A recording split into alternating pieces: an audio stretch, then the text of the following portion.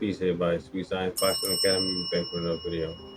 Alright, so Terence Crawford, he answered the question, did he carry Errol or not to the ninth round? And there's a mega fight July 29th.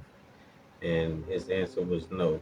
He was on the Breakfast Club with Charlamagne the God and DJ Envy, and they had a lot of questions for him, detailing his fight with Errol Spence as he sat in Charlamagne the God's throne, making him eat crow.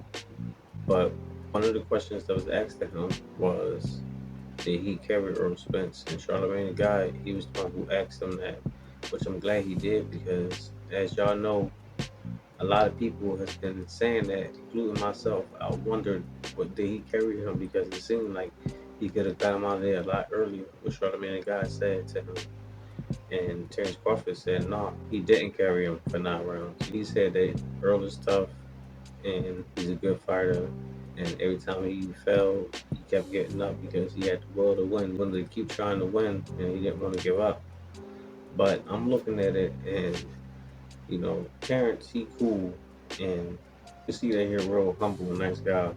But I'm calling bullcrap on that, and he just don't want to say it. In the rematch, it's going to be the same way, if not worse. But he not going to say it because if he says something like that, then it's not going to be no fight because it's not going to sell. Because a lot of people will believe that it was a fluke due to Errol Spence being weight trained for some odd reason when Terence Crawford was the one supposedly weight trained before the fight. But alright, now that Errol Spence lost in a devastating fashion, he was weight trained. So people believe that once they move up to 54, that 7 pound weight difference is going to do a huge benefit for Errol Spence, which in hindsight it will. But it's also going to do a benefit for Terence Crawford too, because although he's shorter than Errol Spence in size, he's still a big guy too. He don't walk around that welterweight. He walk around in the 60s, damn near 170s, which he alluded to a few days ago in the interview. So him having to come down to 54 is going to benefit him too, just like it's going to do Earl, because he's not going to be struggling to lose that much weight. And Terrence know that. But he want to be cool. He want to be quiet because he know if he spill the beans right now, then the money is not going to be there. Because he even said himself from here on out, he want nothing but huge fights. He's at the tail end of his career, which he said out of his own mouth. So he want the biggest and best fights, i.e., he want the best possible opportunities that he can get financially. And if he spilled the beans that he's just going to whoop Earl, most people gonna believe it now.